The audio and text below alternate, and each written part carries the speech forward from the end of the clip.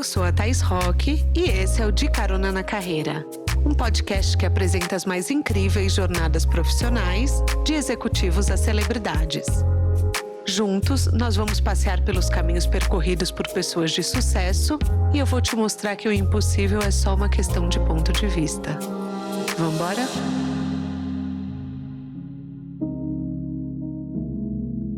Algumas pessoas vivem o mundo, outras estão aqui para decifrá-lo.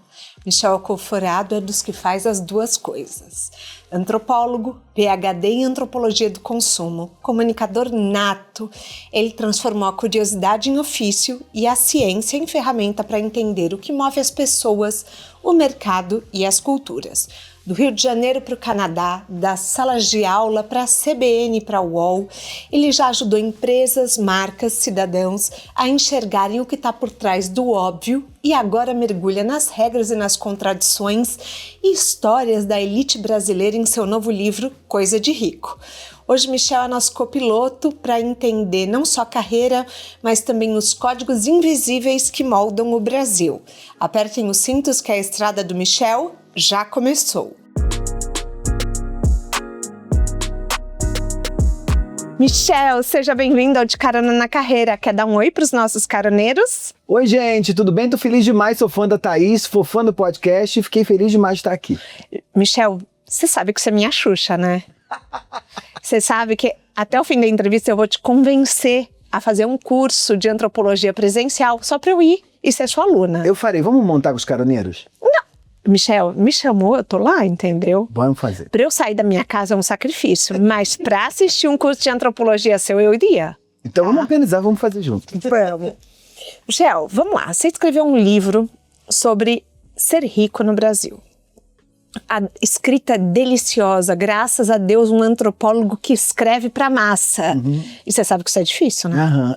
Não, assim, as pessoas parecem que têm dificuldade. Quanto mais difícil parece que mais culto é. E nada a ver, gente. Mas você estudou os códigos do que torna alguém rico e do que não torna, que a gente sabe que não basta uma conta bancária, né? E me chama muita atenção, qual foi o código mais curioso que você descobriu nessa sua pesquisa?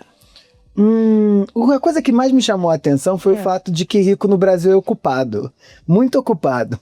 Porque, eu explico, Thaís, no século XIX, lá na Europa, as elites, quando estavam vendo as massas irem para as fábricas trabalhar, elas diziam, olha, enquanto os trabalhadores estão trabalhando, a gente pode ficar em casa fazendo jardinagem, lendo, escutando música clássica, pensando na vida.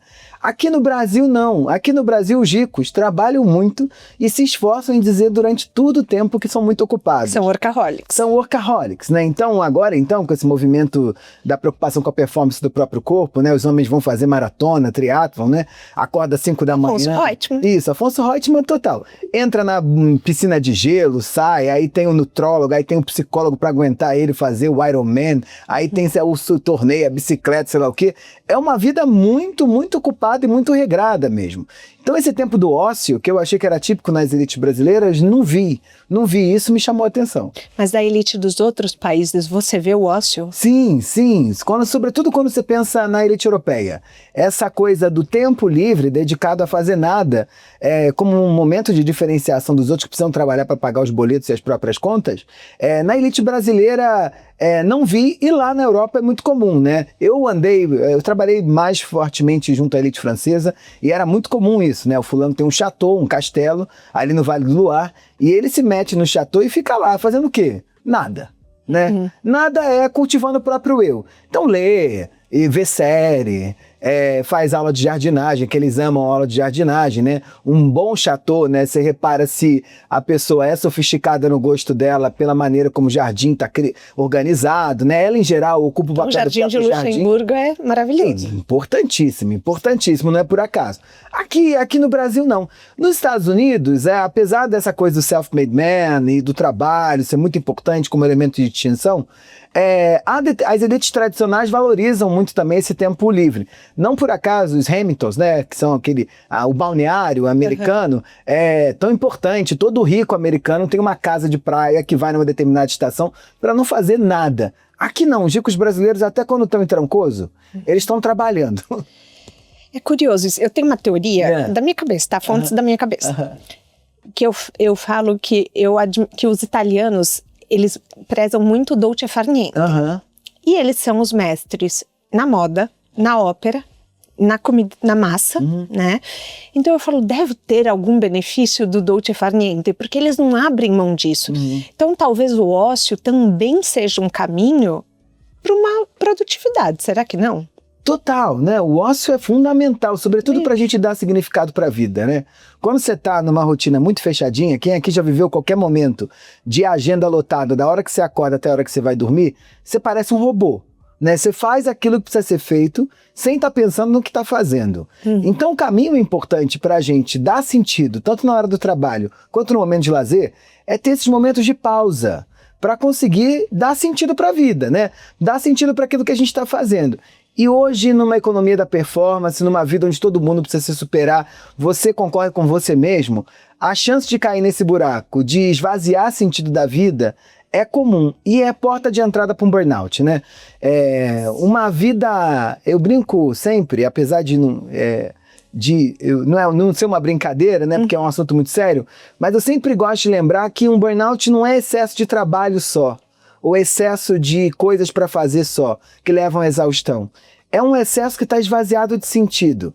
Todo mundo aqui já trabalhou aberto, já teve momentos de muito trabalho, mas que aquilo estava muito te drenando, no sentido de te ajudar a realizar alguma coisa que você queria muito. Quando você conecta muito trabalho com algo que você quer realizar muito, aí você vai. Agora, como você está fazendo só por fazer, aí você perde, né? Você tem, no Consumoteca, que é a sua empresa, você tem um report que é a do Utopia. Eu ia perguntar dele mais pra frente, mas já veio a pauta. E eu achei muito curioso que você fala da necessidade de até hobbies serem monetizáveis. E eu acho essa questão da colonização do tempo livre, me chama muita atenção. O novo adulto, ele não sabe descansar ou ele acha que é proibido, que é perda de tempo? A gente é tão drivado por sucesso, com a ideia de que tem um pote de ouro, que a gente se batalhar, se for perfeitinho, se fizer aquilo que precisa ser feito, vamos chegar, que a gente começou até a se aproveitar do tempo livre como forma de monetizar. Então repara só, Thaís, antigamente você pegava um livro que não tinha em te entregar nada. Eu vou ler aqui, sei lá, 50 tons de cinza, porque eu gosto de coisa que só alivia a minha cabeça, eu não sou obrigado a pensar. Hoje, quando a gente olha no aeroporto, as pessoas lendo, elas estão lendo livros de marketing, de marca pessoal, de como otimizar o tempo, de como organizar a casa. Até a forma como a gente usava o tempo livre, a gente está pensando em usar esse conhecimento para fazer alguma coisa com ele. E no campo dos hobbies, isso é claro. Quando a gente era jovem, sei lá, todo mundo tinha um hobby, que era algo que a gente já começou a debater nos anos 80 e nos anos 90. Só que o hobby, ele servia para você se aproveitar de uma atividade que não ia te dar nada, a não ser o fato de estar fazendo ela. Então o fulano ia fazer esporte, o outro ia fazer desenho, o outro ia pintar, o outro ia fazer jardinagem, sei lá o quê. Hoje, os jovenzinhos, o pessoal da geração Z, que nasceu de 95 aos anos de 2010, até o próprio hobby eles estão monetizando. Então o garoto ou a menina que faz pulseirinha de miçanga, no meu tempo quem fazia pulseirinha de miçanga virava antropólogo, né? Mas hoje não, hoje ele faz pulseirinha de miçanga pensando na Taylor Swift, aí ele abre já uma lojinha no Instagram, ele pede pro pai vender no trabalho a pulseirinha dele, ele já ganha um dinheirinho e com isso ele vai lá tunar o personagem dele no Fortnite, sei lá, que é o jogo que ele gosta de brincar. Então, todo o processo de tempo livre está sendo usado como uma forma de garantir essa chegada no pote de sucesso, no pote de ouro antes dos outros. E isso é aterrorizador, porque a juventude é um momento claro da experimentação. Toda vez que vejo um jovem muito organizado para o sucesso, eu falo, não é isso. O momento que você tem ali 19, 18, 20 anos, 21, 22, 24, até 25, sei lá, você tem que experimentar o máximo de coisas possíveis. Porque ninguém sai da faculdade sabendo direito o que vai ser. A gente tem uma ideia. Agora, é na troca com a vida, eu digo sempre, fazendo o que você quer da vida e aceitando o que a vida quer de você, que você vai conseguir encontrar uma carreira de sucesso. Vou te dar o meu exemplo. Tá. Eu entrei na faculdade querendo ser antropólogo.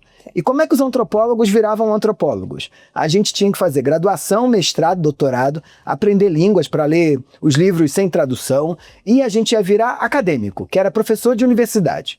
E essa era a ideia que eu tinha, para mim. Não à toa, com 18 anos, 17, quando eu entrei na faculdade, eu era obcecado por livros. Eu comecei a comprar livro desesperadamente e lia, eu lia andando na rua, sabe? E as pessoas diziam que eu era maluco, porque eu lia andando na rua, porque eu queria ter a quantidade de livros tão armazenadas dentro de mim, ao ponto de que eu ia ser um brilhante professor universitário. E eu fui, até que entrei no mestrado. Quando entrei no mestrado, um dia eu consegui uma bolsa para estudar o Senado argentino. E aí, em Buenos Aires, um dia saindo da Universidade de Buenos Aires, o pessoal da universidade falou para mim o seguinte: você vai fazer o que agora? Eu disse: eu vou pra biblioteca ler. Eles disseram: a gente vai trabalhar. E eu falei: antropólogo trabalha? E eles disseram: a gente presta consultoria para grandes empresas. Aí eu falei: pode isso? Eles: sim, a gente trabalha. Eles trabalhavam no escritório de inovação em Buenos Aires. Eu falei: nunca ouvi falar nisso, como é que você faz? Ele disse: a gente vai lá, faz pesquisa, escuta os consumidores, depois a gente organiza esses dados, chega no insight e a gente apresenta para as grandes organizações que nos contratam. Eu falei: eu quero fazer isso também.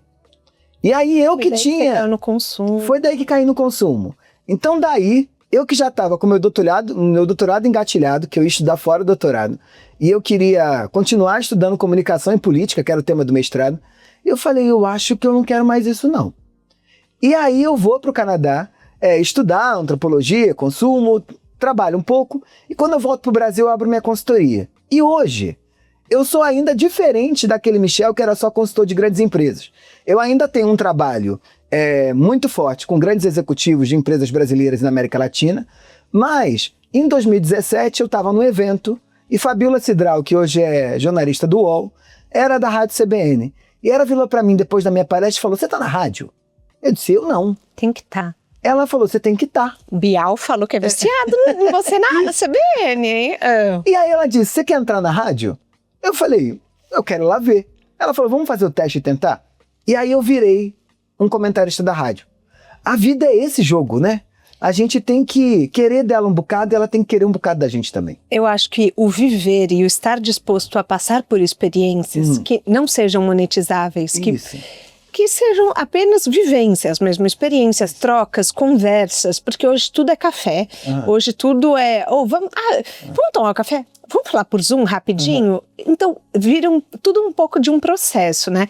E eu sinto, às vezes, essa cobrança porque, você sabe, quando eu era casada, meu ex-marido reclamava que eu trabalhava demais. E ele falava: você larga do celular, larga... E eu não largava. Aí eu comecei a namorar, e meu namorado falou assim: cara, olha que legal. Você tá perdendo, às vezes, de a gente assistir um filme que é uma história super interessante. E ao invés dele me cobrar, ele me contou as vivências que eu estava perdendo. E hoje eu comecei a viver muito mais a vida para experimentar momentos não produtivos. E eu fui me desconectando da vida workaholic para estar presente, ao vivo, e ganhando muito mais experiência de vida, sem ser experiência de performance. Mas é difícil mudar esse mindset, você abrir mão, principalmente quando você é dono da sua própria carreira, que nem eu e você... a gente mudar esse mindset de não estar entregando o tempo inteiro, isso até foi o que você falou. Assim, uma conversa, depois do palco, a pessoa chegou pra você e falou: você já foi na rádio? E você tava ali vivendo, né? Tudo que eu fiz de mais relevante na minha vida saiu disso. Tudo que de não planejado. Do acaso. Do acaso. Do acaso. O acaso, a gente gosta, e eu acho que acaso tem que ser um tema para todo mundo olhar para a própria trajetória. Gente que deu certo na vida, e certo com muitas aspas, né? Obviamente, eu tô dizendo de gente que conseguiu sucesso profissional que almejava. Você pode ter sucesso em outros campos da vida. E, em geral, ou mesmo qualquer campo da sua vida, o momento que está hoje se explica por coisas ocasionais que apareceram nesse processo, né? Nessa caminhada. Ninguém conseguiu trilhar o caminho que imaginava. Não, porque a vida cobra da gente jogo de cintura para diante da montanha você decidir se você vai escalar a montanha ou se você vai contornar ela. O fato que faz você chegar onde você quer chegar não é diante da montanha voltar para o destino anterior. É decidir se você vai escalar a montanha, que tem montanha que precisa ser escalada. Sim. E tem montanha que você pode andar um bocado mais e fazer o contorno dela e avançar. Agora, tem um ponto, Thaís, no elemento que você estava falando dessas experiências que não são vendáveis, né, ou que não dão em nada, que, sobretudo para quem está ouvindo a gente, que a principal característica que me fez chegar aqui foi a minha autenticidade. A minha também. E a sua também. E a autenticidade é a capacidade que a gente tem de mostrar para o mundo que entre 8 bilhões de pessoas, ninguém é igual a você. E é por isso que você vale a pena. E a tua experiência única no mundo, ela se dá sobretudo quando você coleciona experiências que são suas, que ninguém vai ter. Porque no melhor curso universitário que você fez, a sala tinha 50 no mínimo. E cada turno tinha mais não sei quantos. E a cada ano botava não sei mais quantos profissionais igual a você no mercado. É o livro que você leu, é o vinho que você tomou, é a viagem que você fez, é o beijo que você deu, é a história que você ouviu no táxi, é a conversa com alguém que você jamais conversou no trem ou no avião, que dão pra você esse aspecto único, essa visão única no mundo. E é isso que a gente vende. É isso que a gente vende. Nada mais, nada mais. Você sabe qual que é meu sonho, Michel? Vou te contar, mas não conta pra ninguém, tá? Meu sonho era estudar antropologia, o José sabe disso, que é mesmo, e fazer uma tese sobre a carreira das Kardashians. Porque eu sou muito fã das Kardashians. E eu falo, gente, a maneira como elas influenciam o posicionamento das mulheres hoje na carreira é incrível. E daí, quando as pessoas falam de autenticidade, eu falo, gente, vocês estão aqui, às vezes, uma palestra para 100 pessoas, eu falo, vocês pagaram para estar aqui para uma pessoa que vocês sabem que é fã de Kardashians. Mas vocês relevam, porque eu estudei na NYU. Mas vamos combinar? O que eu gosto mesmo é de Kardashians. E daí as pessoas riem, ficam meio sem graça. Eu já ouvi muitas pessoas falando como se fosse um elogio para mim. Apesar de você gostar de Kardashians, nossa, eu adoro o seu trabalho. Eu falo, mas eu só sou quem eu sou porque eu sou fã da Kim, eu brinco. Eu gosto de provocar também. Mas é isso. O nosso molho, né, que nem eles falam na internet, a nossa coisa única, não tem como copiar. E isso só vem dessa capacidade que cada um de nós tem de misturar referências de um jeito que é só nosso. Eu sou conselheiro de participo de vários conselhos de grandes organizações aqui no Brasil, de grandes empresas.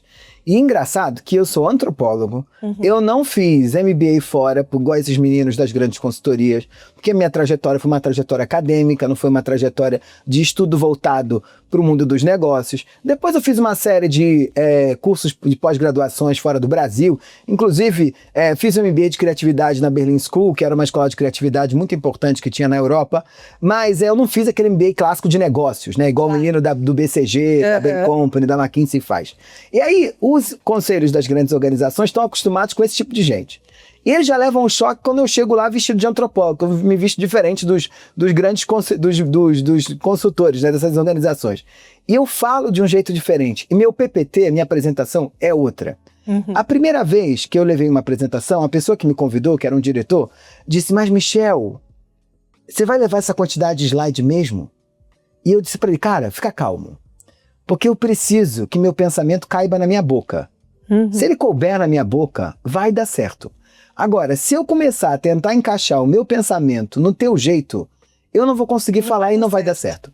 Então, o que me faz, né, ter alguma relevância hoje dentro do mundo dos negócios no Brasil é a minha capacidade única de pensar e a minha capacidade única de expor aquilo que eu penso.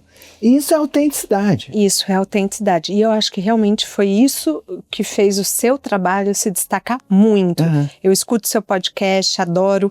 E assim, é gostoso porque você não tenta estar aqui em cima, sabe? Você não tem... Porque muitas vezes a pessoa da academia, ela se coloca num patamar acima.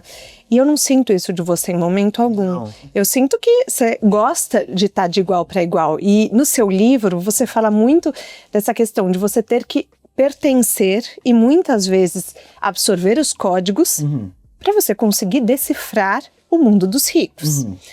E aí eu fiquei pensando, se entre as 80 pessoas que você entrevistou alguma mulher que fez a própria grana. Por que eu te pergunto isso? Meu público é majoritariamente feminino e o sucesso para a mulher é um tabu ainda. Ele vem com a solidão, ele vem com a postura masculina.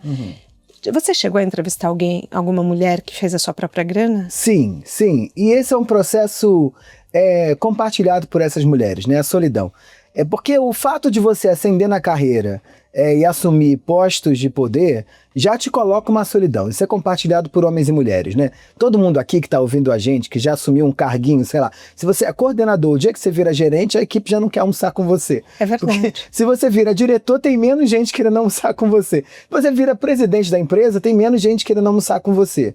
Agora, o fato das mulheres, né, quando elas chegam nessas posições de poder, é uma solidão infinitamente maior, porque esse é um mundo, em geral, majoritariamente ocupado por homens. Então elas não têm nem esse espaço de troca com outros homens, né? Porque eles não acham elas passíveis desse encontro. Então a solidão é uma realidade, né? E é duríssimo, é duríssimo. Agora, o que eu vi de muito importante, sobretudo nas mulheres de muito sucesso, é aquelas que não se arrependeram da carreira que fizeram. Elas não abriram mão do fato de ser mulher, né? Ou da imagem que elas tinham, da própria feminilidade, da maneira como elas queriam construir família, assim.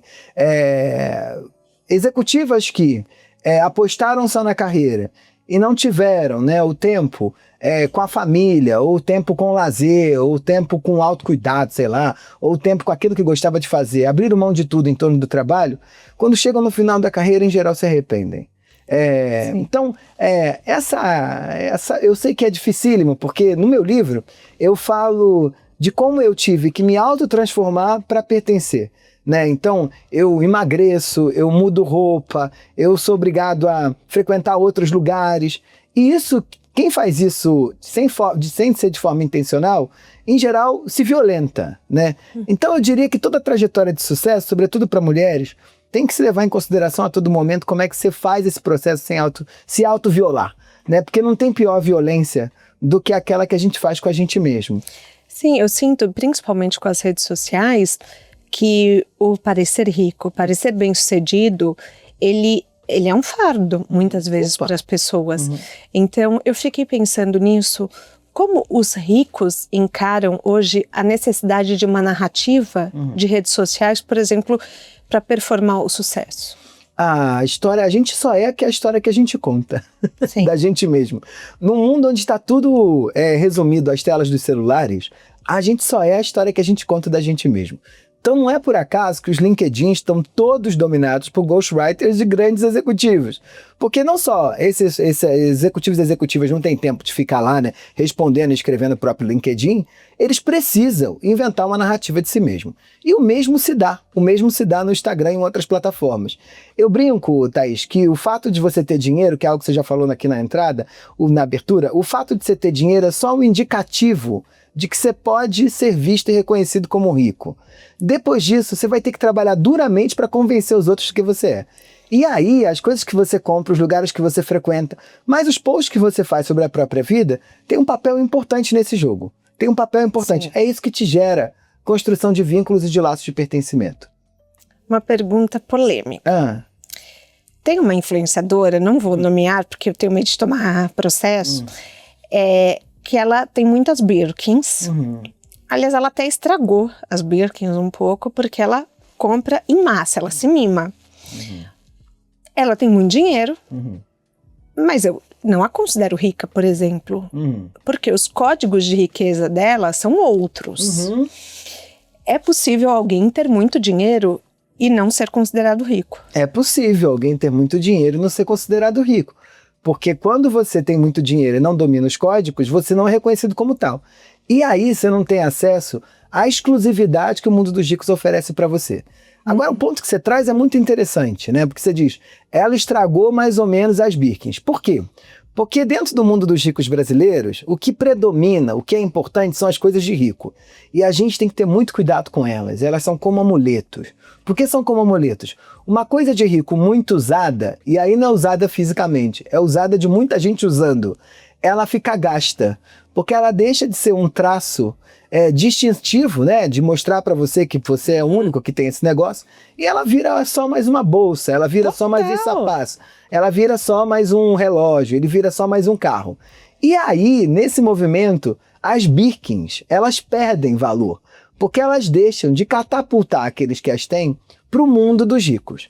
Então, não é por acaso que a gente fica muito atento a esses sinais, né? Sim. A gente fica muito atento. Que bolsa é essa? Isso, a bolsa está muito batida. É uma frase que a gente fala no Brasil. Bolsa muito batida não é que você bateu muito com ela na parede.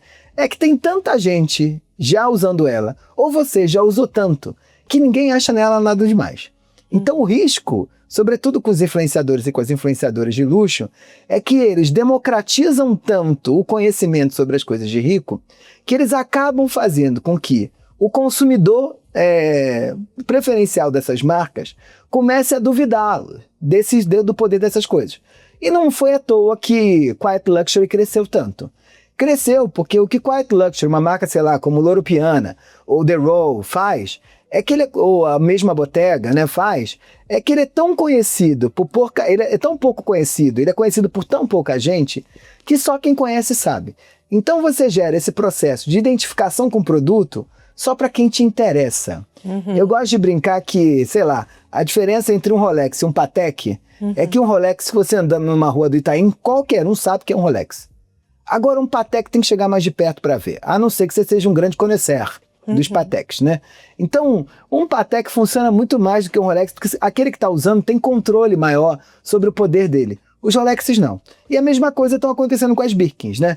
Elas, na medida que são tão usadas, assim, por qualquer influenciador que ganha um dinheirinho e já pode ir lá na loja e comprar, é verdadeiro ou não, ela deixa de funcionar do jeito que ela funcionava. E aí o público preferencial da marca vai dizer, acho que não está valendo mais. Olhando as carreiras, qual é o símbolo que você acha? Você identificou os códigos dos ricos. Na carreira, qual é o código de ser bem-sucedido, você acha? Mandar em gente. Eu fico um pouco na dúvida se não são listas famosas. E aí, em geral, eles estão atrelados à quantidade de gente que você manda. Essa é uma tradição americana, né? E aí a revista Forbes tem um papel muito importante nesse jogo, né? A Forbes inventou 3 listas que movimentam a sociedade americana. Os mais ricos, os mais poderosos e os mais prestigiados, que em geral está relacionado ao reconhecimento social. E a Forbes traz isso para o Brasil. A primeira lista da Forbes é inventada em 1987.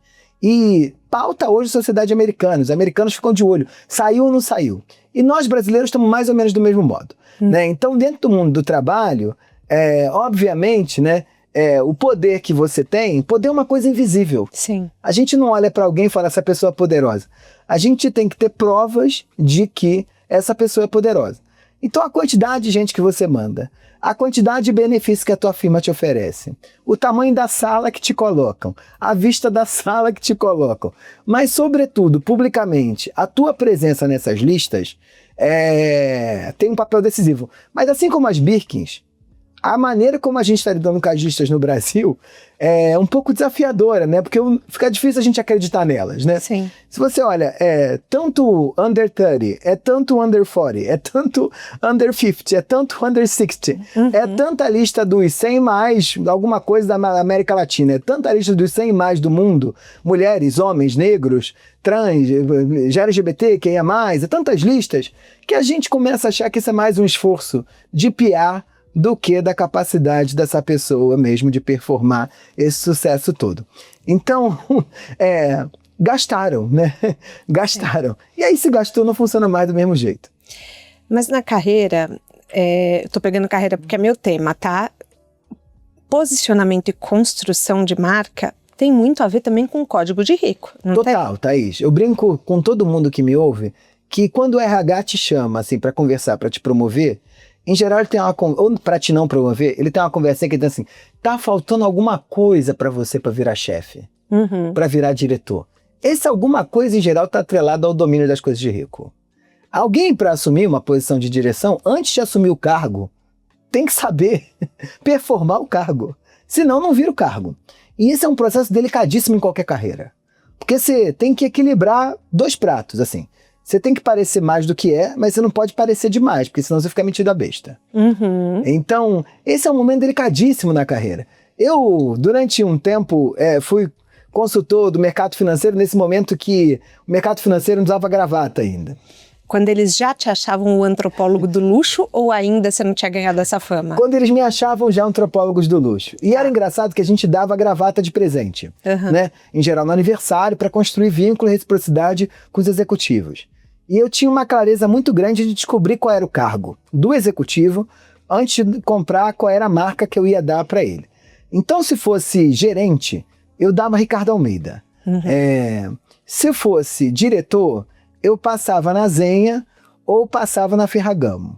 Se fosse vice-presidente, eu comprava Hermès. Por mais que o gerente pudesse entrar em qualquer loja do Iguatemi ou do Cidade Jardim, entrar na Ferragamo e comprar uma gravata para si mesmo da Ferragamo, ele não tinha esse direito.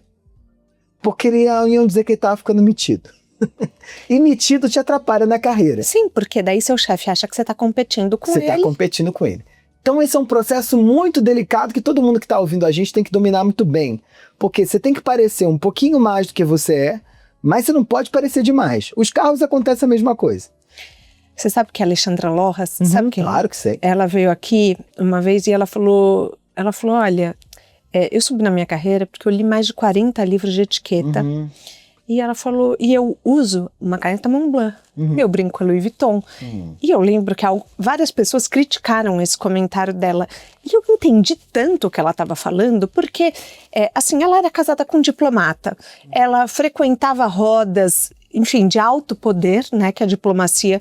E eu realmente entendi, quando ela estava falando, sobre um posicionamento que ela queria performar para daí, então, pertencer. Exatamente. E eu acho importante a gente falar isso, que no ambiente corporativo isso também é exigido das pessoas. Completamente, completamente. Não é besteira isso, porque eu brinco que é igual você brigar contra o moinho, assim, né, com a força do moinho.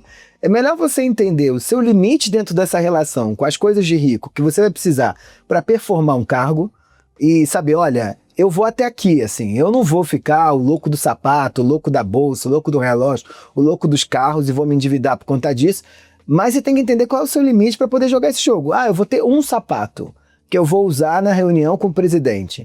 Eu vou ter uma bolsa que eu vou usar na reunião com o meu cliente mais desejado. A gente tem que saber os nossos limites, mas sair desse jogo é perder. E é você que perde. É você que não vai fechar negócio. Thaís, tem um outro negócio interessantíssimo que você sabe melhor do que eu para carreira.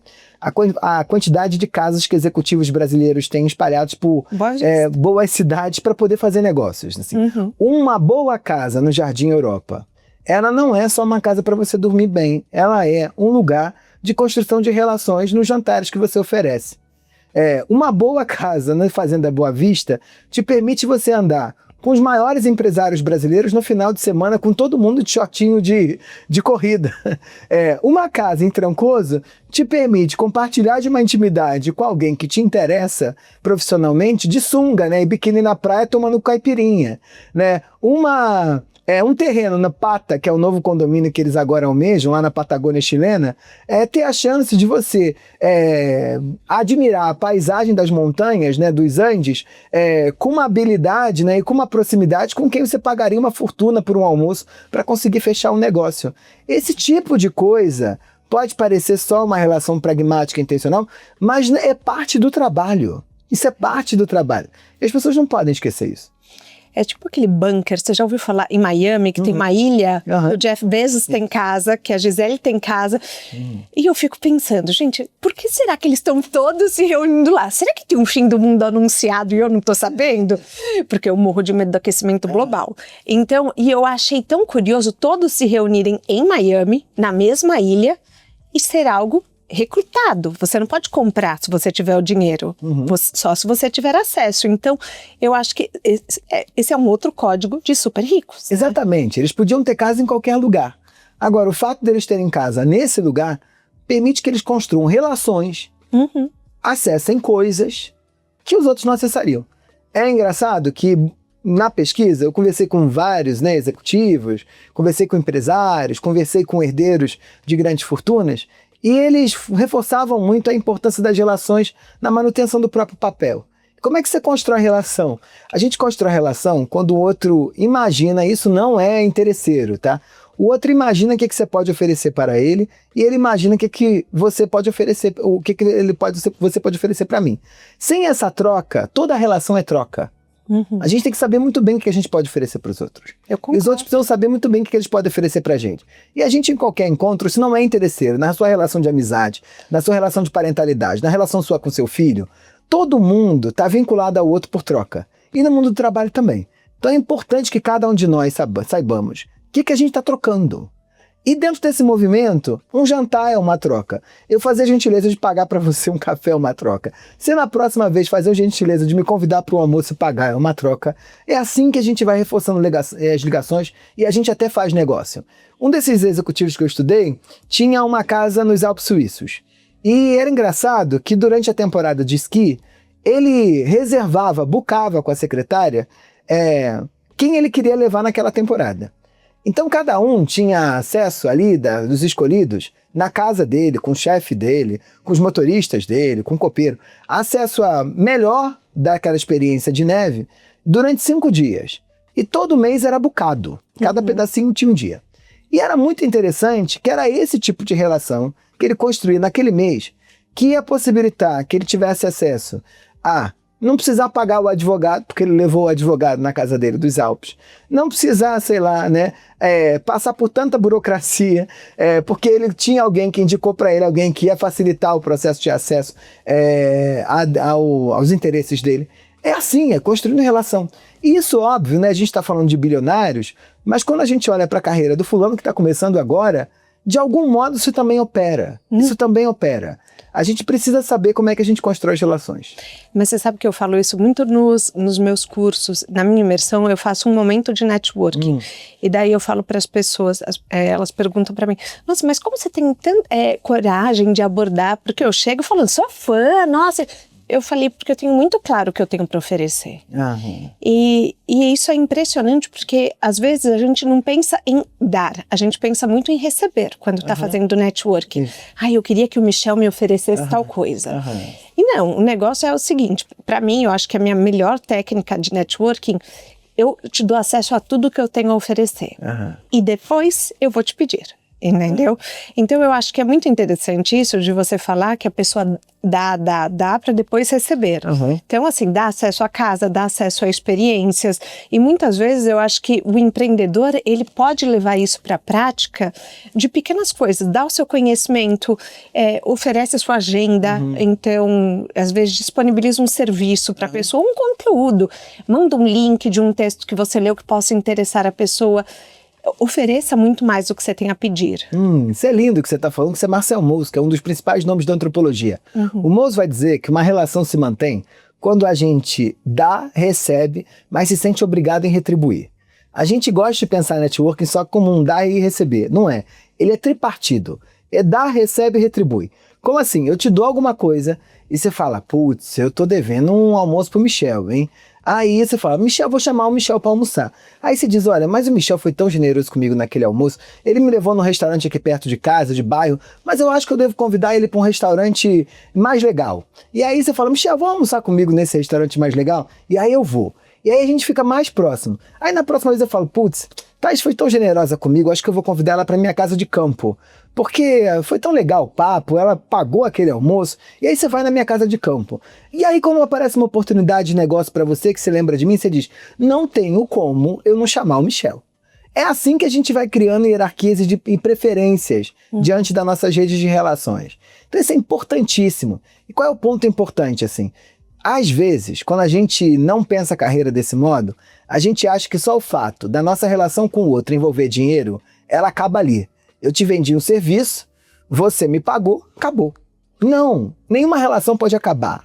Nenhuma relação pode acabar. Uma relação comercial. O fato de eu ter te oferecido um serviço e você ter me pago, tem que ter a possibilidade da gente continuar trocando coisas. E olha que interessante, a Anitta para mim é um case muito importante. E a Anitta sempre disse que no começo da carreira dela, toda vez que ela era contratada, ela tinha 2 ambições que eram fundamentais na entrega. O primeiro ponto é que ela cumprisse tudo aquilo que o cliente pediu no contrato. Então depois que assina o contrato, não tem churumelas. É o que está escrito ali, faça. Agora o segundo ponto, ela fazia questão de entregar mais. Pro cara dizer, ela não só cumpre, mas ela disse que ia tirar só 10 fotos e ela tirou 20. Você não acha que... Eu sempre falo, às vezes a venda começa depois que o cliente te paga. Porque eu tenho essa... Eu sempre penso assim, né? Eu tenho uma aceleradora que eu ajudo mulheres a crescerem em negócios. E eu falo, gente, assinar o contrato é o mais fácil. Depois, você tá ali na performance do dia a dia. Isso. É aí que é a venda, porque daí você já está pensando na renovação, entendeu? Isso. Não é a venda que é o foco é daqui a um ano. Isso. Entende? E esse é o principal ponto, porque todo mundo que está envolto nessa relação precisa ter a ideia de que essa relação não pode acabar.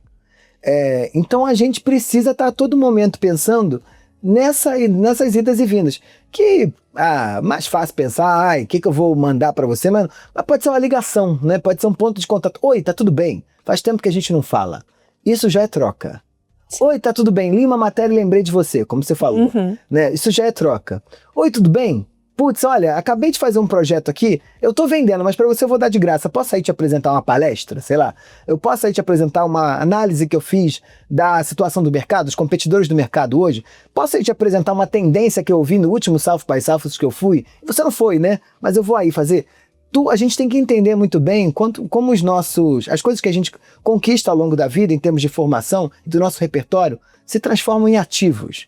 Em ativos que vão virar mais coisa para frente. Porque esse é o jogo, né? O Bourdieu, que é um sociólogo muito importante, ele vai falar que a gente tem capitais.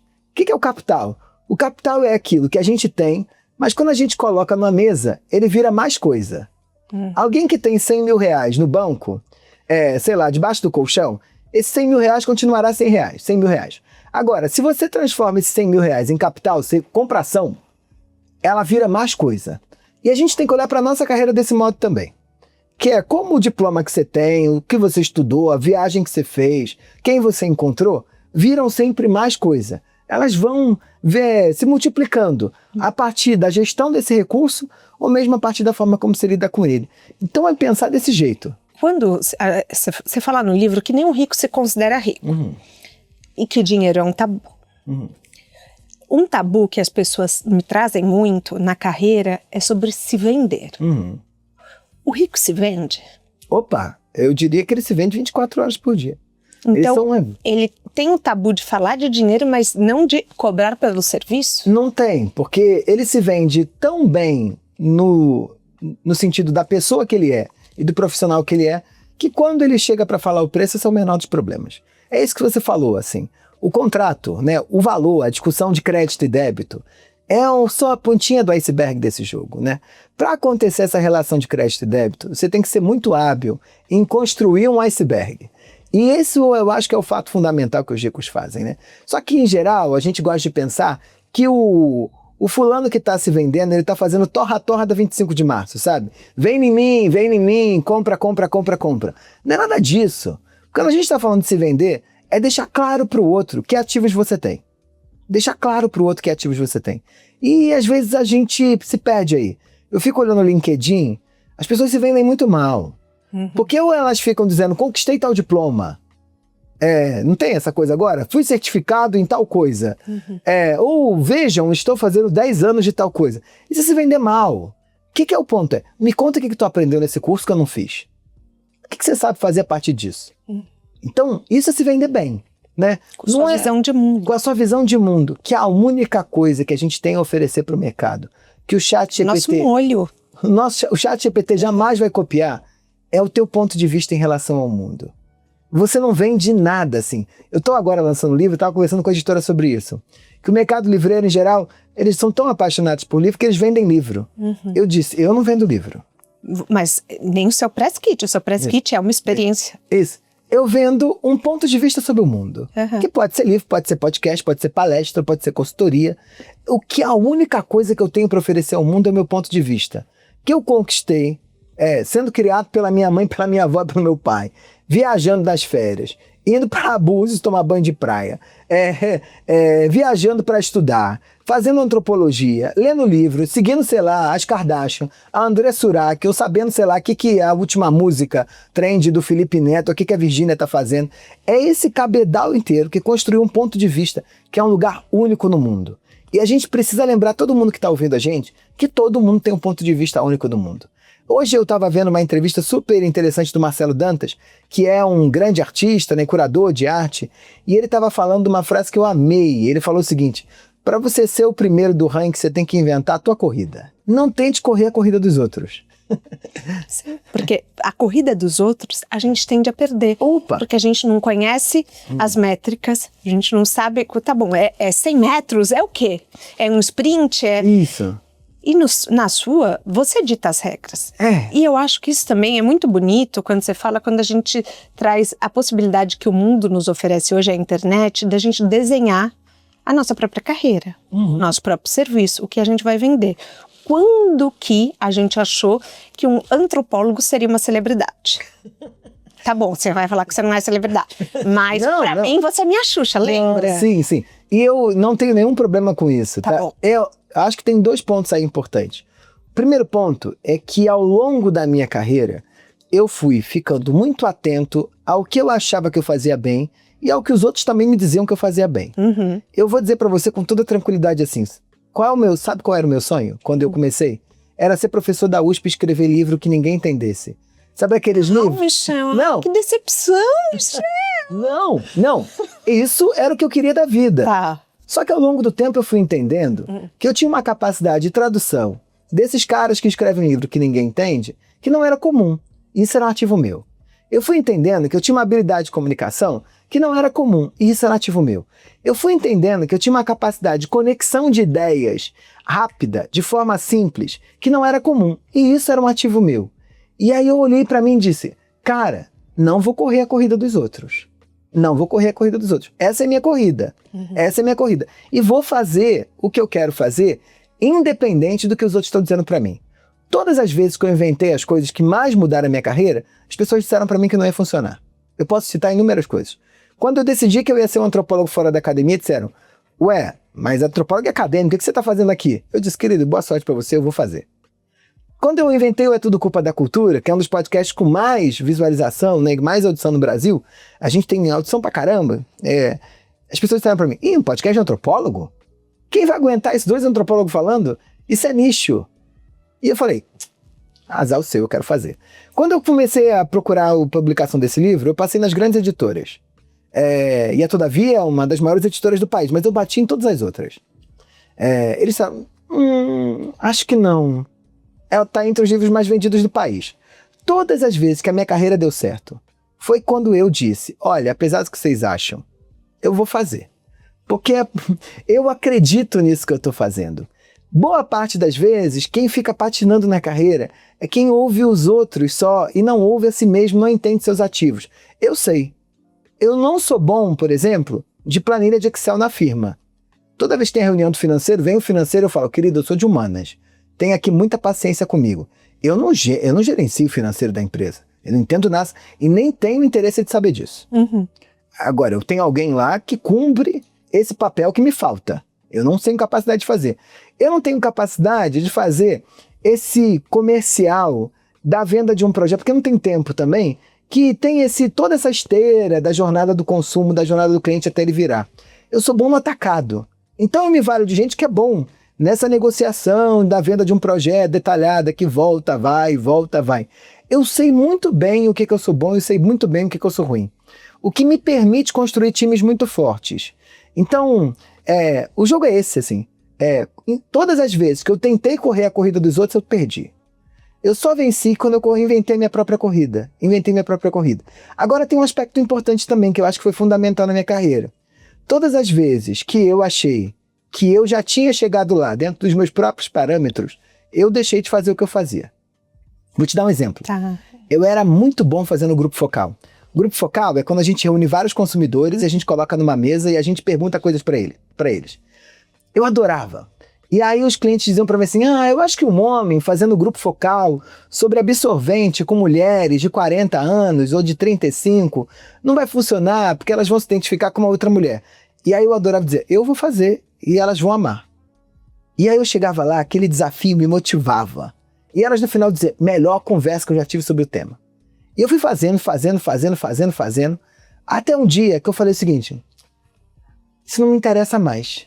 Eu cheguei pro meu sócio, pra minha sócia e falei, esse foi o último grupo focal que eu fiz, não farei nunca mais. E eles disseram, ué? Eu disse, eu já sei. Mas você acha que o seu tesão é desbravar o desconhecido? Você acha que você já dominou tanto que daí você perde o brilho. O que é? Eu perco o interesse. Acho que são as duas coisas, tá? Eu acho que no primeiro momento eu tenho muita necessidade de fazer coisas que os outros não fizeram. Perfeito. Isso é meu. É bom. Agora, depois também, eu não me sinto mais motivado, porque me parece que quando eu já acertei a fórmula, sabe? Acertar a fórmula, para mim, é um caminho fundamental e se manter com a mesma fórmula para a gente começar a se perder na carreira. Então, toda vez que você acerta uma fórmula e fica nessa fórmula, repetindo ela, ela tem o desgaste do próprio mecanismo, ela vai perdendo eficácia. Você tem medo de virar uma Blockbuster ou uma Kodak? Eu tenho medo de virar algo que é o de alguém, que é o dilema da inovação clássico, Sim. né? De alguém que apostou tanto no próprio sucesso que você perdeu. Eu já fui indicado para vários prêmios no mercado de entendimento do consumo. E toda vez que eu concorro a um prêmio, eu fico assim, tomara que eu não ganhe, tomara que eu não ganhe, tomara que eu não ganhe. Por quê? Eu acho que vários profissionais, quando ganharam um grande prêmio, sentaram na cadeira e falaram, vejam, eu ganhei esse prêmio. Eu sou E daí esse virou prêmio. a narrativa. E aí virou narrativa. A gente não pode achar... Entendi, Michel. A gente não pode achar que nada sustenta a gente num lugar, né? A grande coisa que faz uma carreira andar pra frente é o movimento. É igual o cantor de uma música só, sabe? Tem horror a isso. Puta, Tem horror a complicado. isso. Isso é também, se o seu primeiro livro é um grande best-seller, Uhum. aí fudeu. Porque assim, as pessoas vão esperar de você sempre um novo best-seller. E daí, por exemplo, a J.K. Rowling, ela escreveu os Harry Potters e daí depois ela quis lançar um livro com um pseudônimo para não ser descoberta e para medir a fama dela, para entender. E o livro foi um fracasso. Até que alguém da editora vazou a informação e o livro virou um sucesso. Mas assim, ela vai ser a pessoa que escreveu Harry Potter. E aí? E agora? E esse novo livro dela, que foi um fracasso? Será que ela fica se questionando se ela só era capaz de escrever o Harry Potter? Eu acho que ela deve se questionar, mas assim, nesse momento você tem que ser justo consigo mesmo. Tá. Alguém que já escreveu Harry Potter pode escrever o que quiser, né? Alguém que fez essa revolução. Eu não estou falando uma revolução de venda, nem revolução que deu na vida dela, que ela virou bilionária. A revolução de transformação da cultura. A gente daqui a 100 anos vai continuar falando de Harry Potter. E do impacto, do mesmo jeito que a gente falou, sei lá, do Cervantes, fala do Camões. A gente vai falar de Harry Potter. Porque ele impactou a cultura, uma geração, um momento, um tempo. Concordo. De tal modo que essa pessoa não precisa de mais nada. Agora, há um elemento importante, precisa ser justo com a gente na nossa carreira também. Tá. Sabe por quê, Thaís? Sucesso não é só culpa tua. Eu acho que esse é o elemento decisivo. Alguém que deu certo, não deu certo só porque é inteligente, safo, tem skills, é extraordinário. O sucesso também é uma junção daquilo que você tem a oferecer para o mundo, para o momento. Para o momento. E do momento a gente não controla. A gente só controla a gente, né? Minimamente. Agora, o mundo a gente não controla. A gente não controla. A gente não controla se alguém vai conseguir te oferecer uma boa editora para você publicar o livro com alguma capacidade de distribuição tão grande. A gente não controla se o time do lançamento do teu livro é o time que vai interessar o Bial te entrevistar para o livro ganhar essa dimensão. A gente não controla se o momento que você está, o momento que as pessoas estão interessadas naquilo, a gente não controla. Então fracassos fazem parte da carreira. Isso não te faz um profissional menor. Porque às vezes aquilo que você tem a oferecer para o mundo não é aquilo que o mundo queria. Não é aquilo que o mundo queria. E tá tudo bem, o Mozart tá aí, né? Morreu na pobreza, apesar de ser um gênio, porque o mundo não estava preparado para um artista como ele. Então, esse jogo é importantíssimo para a gente gerenciar a carreira da gente. Porque é injusto quando você acha que você é capaz de dominar tudo. É injusto contigo. Porque você vira o fracassado ou vira o cara de sucesso. E o sucesso é perigosíssimo. Eu gosto de dizer sempre que a gente não pode esquecer que o sucesso, ele não é teu. Ele é uma rede. A oposição de poder não é tua. Ela é uma rede. É igual a aranha, tá? Uma aranha, quando ela tá pendurada no ar, olhando de longe, parece que a aranha tá flutuando. E como se ela tivesse dotada de poderes mágicos que dessem para ela aquela flutuação. Não, ela tá sustentada numa rede, que é a teia da aranha. E essa rede, você não pode romper com ela. Então, o fulano os seus pares no trabalho, né? Eu já vi vários executivos que caem porque ficam tão ensimesmados em si que deixam de olhar para o cenário do entorno, né? Deixam de olhar como é que outra diretoria do lado está se comportando. Eu já vi empresas que ruíram porque não olharam para o competidor do lado. Eu já vi gente que ficou tão ensimesmado no próprio sucesso que não viu o cliente mais, né? Então, entender que a tua posição num determinado momento é fruto de um conjunto de um entorno que te possibilita estar ali, que você não é o alecrim dourado. Você pode ser competente. Agora, esse ponto, essa posição, o mundo muda, você pode perder. Essa posição, você pode entrar e sair nela. E eu acho que isso é importante da gente lembrar também. Ninguém suportaria o sucesso ininterrupto. O sucesso é enlouquecedor. Ele te demanda gente procurando por você 24 horas e você tendo que dizer não 24 horas. O sucesso ininterrupto, ele te demanda uma organização da tua própria vida, no ponto que você não controla ela, porque você cumpre a agenda. O sucesso ininterrupto, ele te controla num estado de tensão para atender essa demanda toda e não errar, pra você não perder aquele momento, que te demanda um esforço físico gigantesco e mental gigantesco. O sucesso captura a sua vida. Ninguém aguenta. E aí não tô falando de alguém, sei lá, como Xuxa, que é uma pessoa conhecida e respeitada hoje, né? Outros tantos que você já trouxe aqui. Eu tô falando daquele auge, sabe? Eu tô falando de Fernanda Torres no Oscar. A vida presta. A vida presta. Ninguém sustenta isso muito tempo. E não é porque não sustenta porque não conseguiu manter. É porque é desumano. É desumano. Então a gente, quando tá no auge, a gente tem que entender que vamos sair de cena em algum momento. Que nada te impede de voltar. O fulano que sai de cena porque perdeu o cargo, ele não é um fracassado. Ele não é um fracassado. Ele vai voltar, ou ele pode voltar, ou ele pode nunca mais voltar. Porque a gente precisa desse momento. Não é à toa que os executivos não conseguem se sustentar muito tempo no mesmo cargo. É desumano. É desumano, né? Ninguém é presidente da mesma empresa, de uma grande empresa com muita performance durante muitos anos. É desumano com o próprio corpo, com a própria vida. Você esfacela tudo. Então a gente tem que entender que a vida é esse altos e baixos mesmo, por mais que seja clichê. E que a gente assume lugar de protagonismo no palco, e a gente às vezes é coadjuvante, e às vezes a gente sai do palco. E tá tudo bem. E às vezes a gente senta na plateia para aplaudir os outros. Tá tudo bem. Tá tudo bem. Aqui eu sempre pergunto para a pessoa, o que é sucesso para você? Igual você sempre pergunta no seu podcast, qual momento você se descobriu antropólogo, né? Mas eu queria saber o que é sucesso para os ricos. Porque para muita gente sucesso é dinheiro. Mas e para quem já tem dinheiro? Para os ricos, normalmente sucesso é o quê? Sucesso está muito misturado com poder. E poder não é o fato do poder eu sou um homem poderoso. Poder é acesso, né? É acesso. É transformador você ter um problema e você poder discar meia dúzia de números na tela do seu celular e alguém resolver esse seu problema, né? Isso é acesso, né? É transformador, por exemplo, você chegar num lugar e as pessoas, você nem precisar se apresentar, né? Elas já saberem quem você é, né? Isso poupa tempo, mais do que aquele poupa tempo lá do centro de São Paulo. Isso eu acho que é o grande motivador. Agora, qual é o ponto também, Thaís, que eu acho que é importantíssimo, assim? Sucesso a gente não chega nunca, né? Ele é uma imagem que é importante da gente ter na nossa cabeça, porque ela é motivadora, ela é um motor, ela te joga pra frente, ela te impulsiona.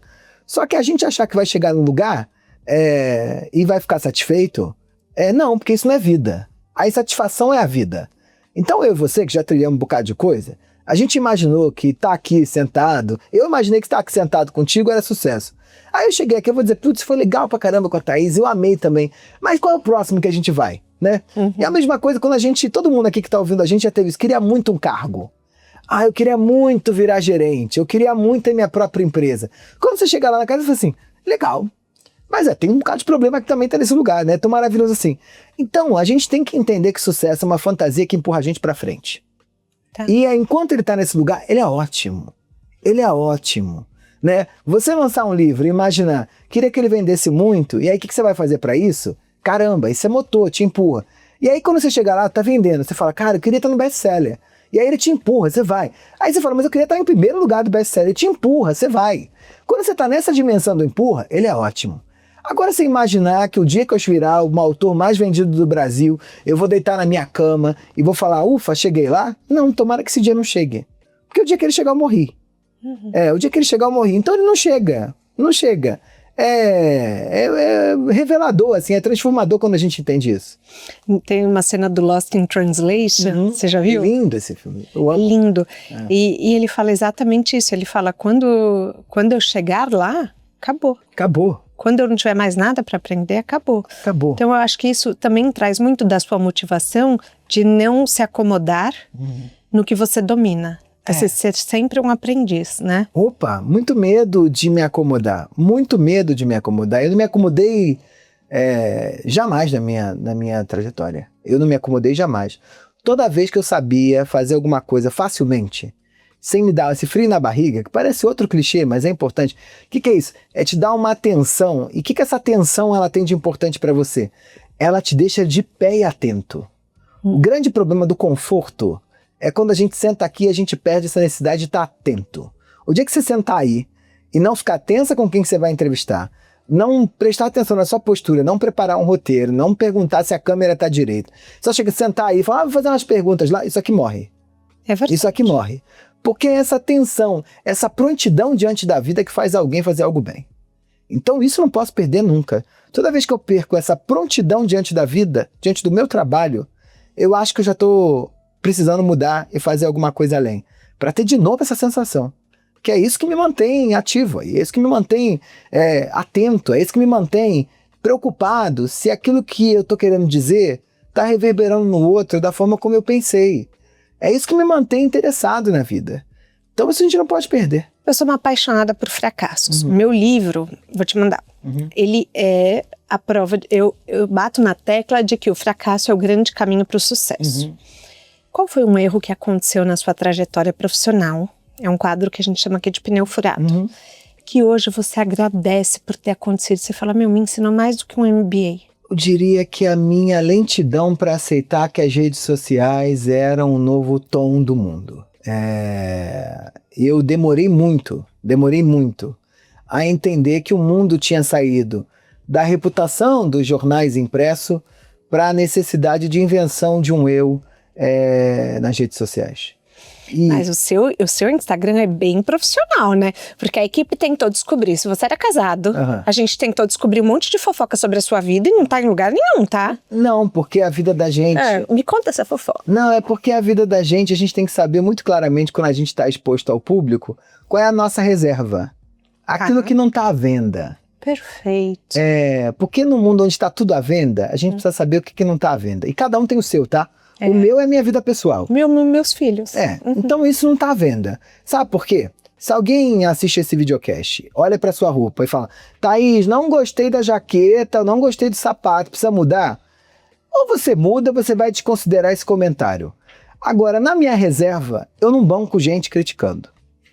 Então, esse lugar não tá à venda. Porque tudo que tá à venda, você pode moldar pro consumidor, fazer parte daquele processo, co-criar com ele, para agradar ele, te agradar um pouquinho. O que não tá à venda, você não tá disposto a co-criar. Então, o que não tá à venda, eu não revelo. Não revelo. Que legal. Eu acho bom a gente ter os nossos limites pessoais, porque muitas vezes, uma vez a Malu Magalhães falou isso do Marcelo Camelo, perguntaram por que você não expõe o seu casamento. Ela falou, porque é algo muito nosso, se eu expor vira dos outros. E aí, ela falou, e aí não é mais nosso. Isso. Perfeito. Então, na minha carreira eu acho que eu demorei. No momento que eu entendi que isso era, mas foi importante também. Foi importante porque quando eu comecei a entender que as redes sociais elas tinham um papel decisivo no mundo de hoje, eu estava pronto para saber quais eram os meus limites. Então, eu nunca fiz meu café da manhã, eu nunca saio com os meus amigos e faço selfie, tô aqui com a Thaís, e aí? Eu nunca fico expondo aquilo que eu bebo, aquilo que eu como, o hotel que eu durmo. Isso é meu, tá? Mas o que eu digo para todo mundo é que cada um tem que ter o seu. Às vezes o que é o seu filho, às vezes o que é o seu, não mostro o meu quarto, só mostro a sala da minha casa. Às vezes o que é o seu, não falo da minha avó, mas falo da minha mãe. Às vezes você inventa o seu. Agora, eu acho que todo mundo precisa ter nesse mundo hoje uma reserva moral, que é um quadrado que não está à venda por nada. Sabe por quê? A gente fica muito pensando para onde vai, mas a gente tem que saber para onde vai voltar. Se tudo der errado, a gente tem que saber para onde volta. Quem não sabe para onde volta está perdido. Eu sei para onde eu volto. Muito bom. Na sua mala de viagem, um livro, um filme, um documentário. Um livro, agora eu tô lendo Coisa de Rico, do Michel Alcoforado. Maravilhoso. Gente, eu li e é babado. Olha aqui. Gente, vocês vão ficar apaixonados. Assim, eu acho que a sua vivência é muito interessante. A sua experiência de não pertencer e depois pertencer e virar referência no meio, mas a sua narrativa humana de criar um storytelling. Eu vi que você pesquisou muitos autores brasileiros, você foi ler Nelson Rodrigues, enfim. Eu acho que foi perfeito porque você consegue passar o conteúdo e a gente vê que é um estudo, mas com uma narrativa gostosa de fofoca. É um sentimento tipo, nossa, mas o que você fez? Meu Deus! Mas é porque eu amo fofoca. Eu amo fofoca também. Então, tem um tom de fofoca que eu adoro. Ai, que bom, que bom. Isso foi o que eu mais gostei, porque tem livros que a gente lê e sabe, putz, isso aqui vai ser um estudo. O seu, assim, era uma narrativa, nossa, quero consumir mais, quero saber do Mário Jorge, quero... E ao mesmo tempo você está ali aprendendo. Que bom. Foi maravilhosa essa experiência, obrigada. E de filme e documentário. Eu vou contigo, eu adoro Lost Translation, para mim é um filme importante porque eu já fui a mais de 65 países espalhados pelo planeta, eu conheço o mundo de cabo a rabo. E nada me transformou tanto quanto a minha ida ao Japão. Quando fui pro Japão, voltei, eu já fui à Índia, algumas vezes, 7 vezes, e quando eu volto da Índia, eu volto perturbado. Mas agora o Japão eu voltei outro. Então acho que foi a viagem da minha vida. Muito bom. A gente chega ao fim da nossa carona. Eu adorei. Michel, eu quis trazer perguntas que as pessoas não tinham feito. Então, você conseguiu ser gênia. Você é um admirador do teu trabalho. Obrigada. E eu sou uma admiradora do seu. Eu estou esperando seu curso, tá? Presidencial. Para eu me tornar uma antropóloga by Michel. Vamos fazer então com os caroneiros, hein? Conta comigo. Tá bom. Muito obrigada. Obrigado. O De Carona na Carreira tem a consultoria de conteúdo da Beatriz Fiorotto, a produção do José Newton Fonseca, a sonoplastia e edição do Felipe Dantas e a identidade visual do João Maganin. Todas as dicas que a gente abordou aqui estão no descritivo na plataforma que você nos escuta. Bora lá no Instagram falar mais sobre o episódio de hoje? A gente volta na próxima semana com mais um De Carona na Carreira. Um beijo grande. Obrigada.